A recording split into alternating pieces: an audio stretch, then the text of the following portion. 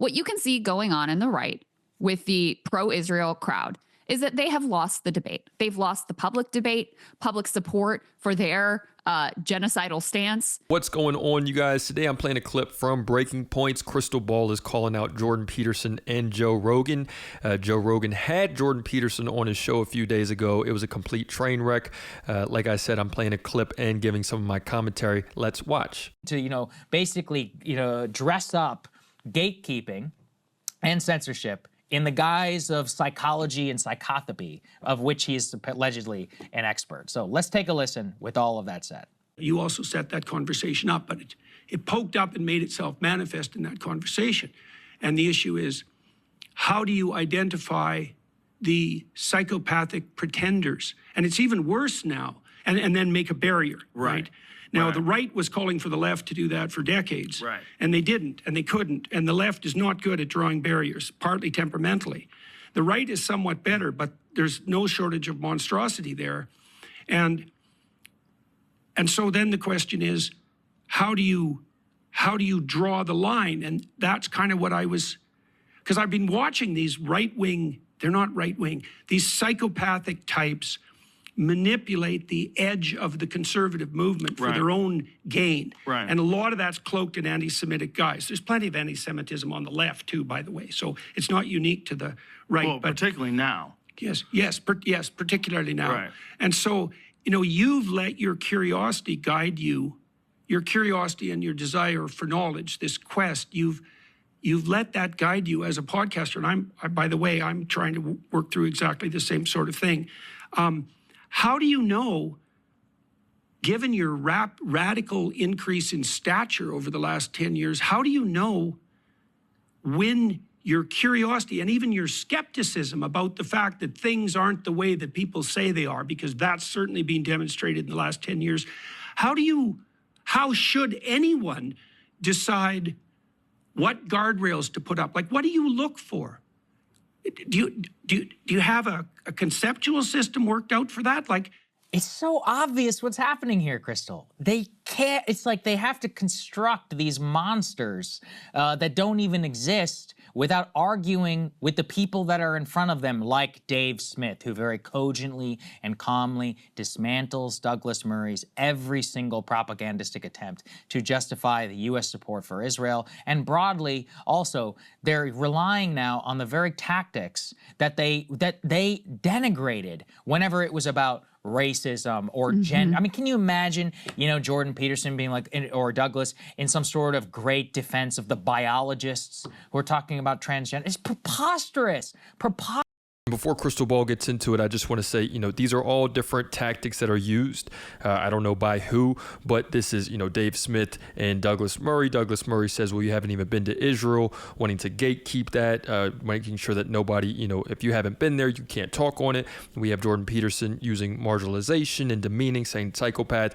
And then you also have the different events that are happening in Israel right now are very much coinciding with other major U.S. events, so you can't see whenever most of the damage and violence is done. Preposterous, and yet they resort to the very same tactics. Now, whenever it's an issue which they see, they're literally fighting and they're clawing, I think, to maintain, this facade and this support. But I mean, the internet and these and especially this style of discussion, they just fall apart. And it's at least nice to see Joe pretty skeptical, I think, especially in Murray's case and other and others really who have noticed, this reversion from like free speech to censorship on the flip of a dime. We're talking only 18 months after a decade of preaching the opposite. Yeah, I mean, the TLDR here with Jordan Peterson and all of his semi-incomprehensible mumbo jumbo, which is such a freaking pet peeve of mine to like wade through, like, what the fuck are you even really saying right now? Just like come out and say it. Just come out and say, like, I don't like that you had Ian Carroll on, or whatever your beef is, and then we can actually deal with it. That irritates the shit out of me. Okay, so if you wade through all of that, what you can see going on in the right with the pro-Israel crowd is that they have lost the debate. They've lost the public debate. Public support for their genocidal stance has collapsed.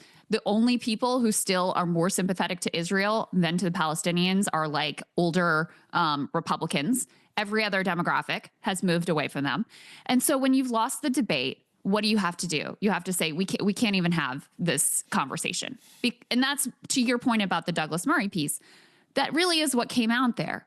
He is supposed to be the best of the best in terms of defending the like ultra Zionist position. And if even he's forced to just resort to, well, have you been there? Then, you know, they have no real arguments.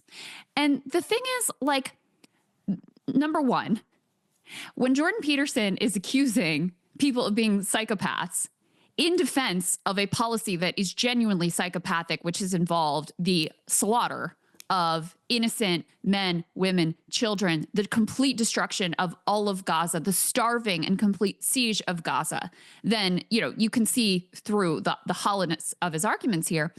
And then the other thing that I would say is, like, what makes it more complicated for me is if you take that context out, there's not nothing to what he's saying, because I do think there is this posture in a lot of the, like, quote unquote independent media of, you know, we're going to not only platform someone, but we're going to sort of just give them unquestioning free range.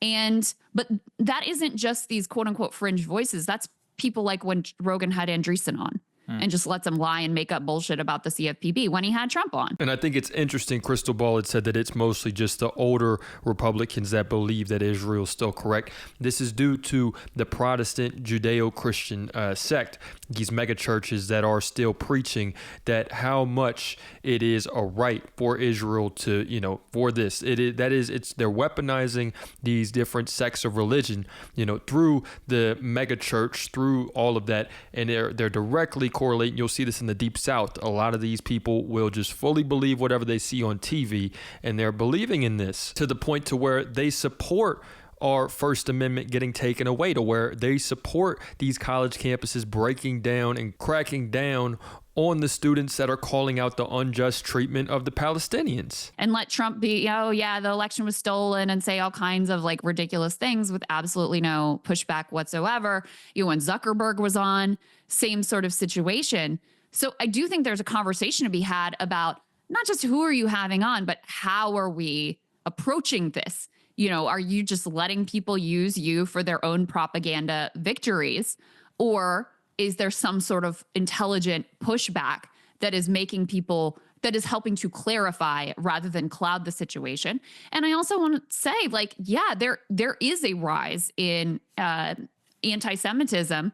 I think it's oftentimes put in the wrong direction in terms of, like, it's entirely predictable that if we're relentlessly told all Jewish people are associated with this state of Israel that is committing a genocide that we're all watching unfold in real time, you know, that it is going to generate increased anti-Semitism. That's still abhorrent. It still should be condemned, but it is a real problem.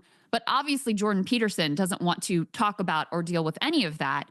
So the end result, or what his goal for the end result to be here, is just, we shouldn't really be talking about this issue, because there is no real defense if you're actually dealing with the facts of what we've all watched unfold. Yeah, I mean, so there we have it, you guys. You know, we have Joe Rogan getting caught in the middle of it again. He just keeps on bringing on these guests. Jordan Peterson, Douglas Murray, they show, you know, how ignorant they are, how ill-informed they may be on this specific topic. You may have Joe Rogan, who is quote unquote skeptical about it, but there's also no pushback whatsoever. There is no stance that he is taking on this issue, again, like always.